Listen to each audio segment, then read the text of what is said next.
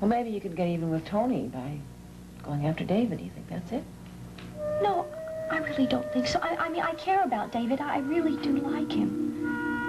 It's just that I'm still confused about so many things. I know.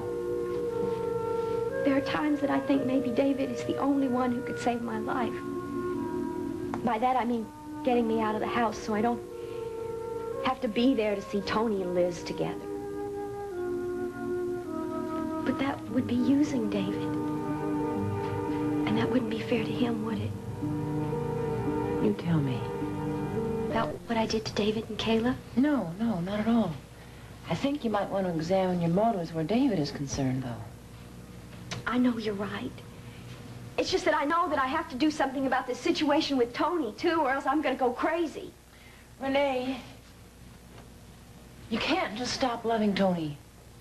He was a very big part of your life. I know intellectually you realize that he's your half-brother, but you can't turn off your feelings. I know that. But I also know that I cannot deal with it by living in the same house with him. And I know that the only way I can get out of that house without hurting my father is to get married. I think it's a very bad idea to use marriage as an excuse for leaving home. It doesn't serve you. It certainly wouldn't serve your husband. No, it is. It would be wrong. But I do have feelings for David. And I know that in time I could really grow to love him. Who knows? Maybe I already do. You're not sure, are you? All I know is that I do. I want to get married. I want a home of my own, and I want to start a family. I mean, that's all I really want right now. That's natural for a woman your age, Renee. But I think you might want to wait until you feel a little more sure about things. Oh, I'm sure you're right. Oh, well, I want you to know that I do. I always feel better after I've talked to you, Dr. Evans. Thank you. That feels good to hear. I'll talk to you again soon. Oh, yes. Oh, I'll see you tomorrow at Jessica's. Oh. Yes, you'll see me there. Oh, you know, the funny thing is I don't understand Jessica sometimes. I mean, here she is. She's marrying a man that she really adores, and she and Joshua are fighting like cats and dogs. Fighting about what? I don't know. Neither does Jessica. Roman, the more I hear about the story of Anna's, the more incredible it seems to me. I know. I gotta get on it right away. It just seems to me that if the owner of that yacht changed the registry that many times, there's got to be some way to trace it. And believe me, I'm going to get to the bottom of it. But wait. Do you think that Anna's lying to you? I don't know, Doc. But the important thing right now is Carrie. I have to know how she's been living and how she's been treated. From what Anna tells me, it couldn't have been very good. And then what, once you find out? Well, I'll have to find a place for Anna to live once she's released from the hospital. And then I'm going to get that divorce as quickly and painlessly as I can do it. Could take a while, couldn't it? Yeah, I'm afraid so. Think you can wait? I can wait. As long as I have to, as long as I have you. I love you. Come in. Excuse me, Dr. Evans. There's a nurse outside with a little girl who says that she wants to see her daddy. Oh, could you ask him to wait outside? Sure. I'm sorry. Oh, that's okay. Thank you.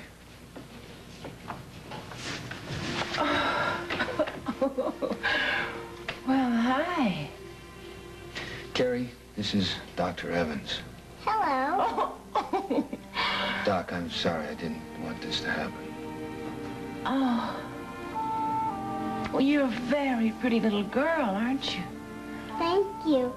I look like my daddy. Yes, you do.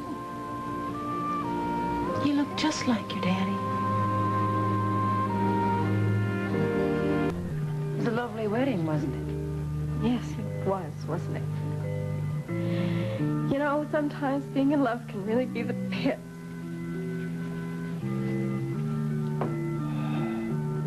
Poor kid's really hurt. She's very much in love with David. Too much in love, I think. Roman, nobody can beat me. too much. As long as it's mutual. That's nice. Change your hair. Yes, I did. I like it. Thank you. How's it going with you two? It's going all right. It was a lovely wedding, wasn't it? I thought so.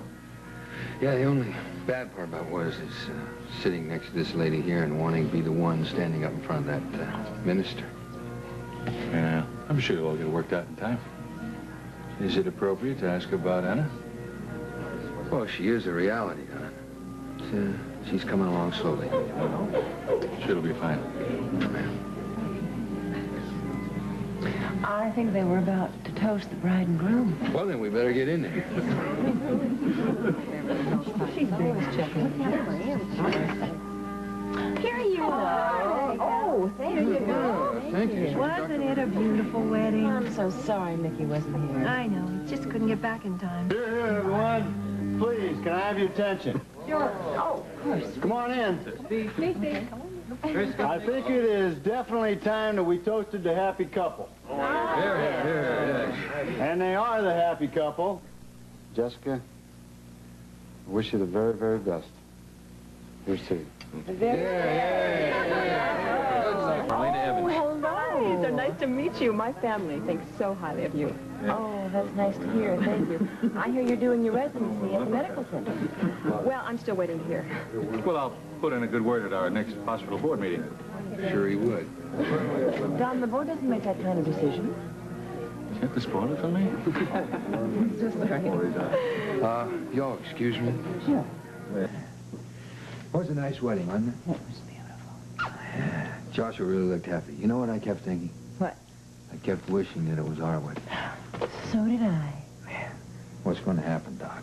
We just have to hang on to that. I know. That's all we can do.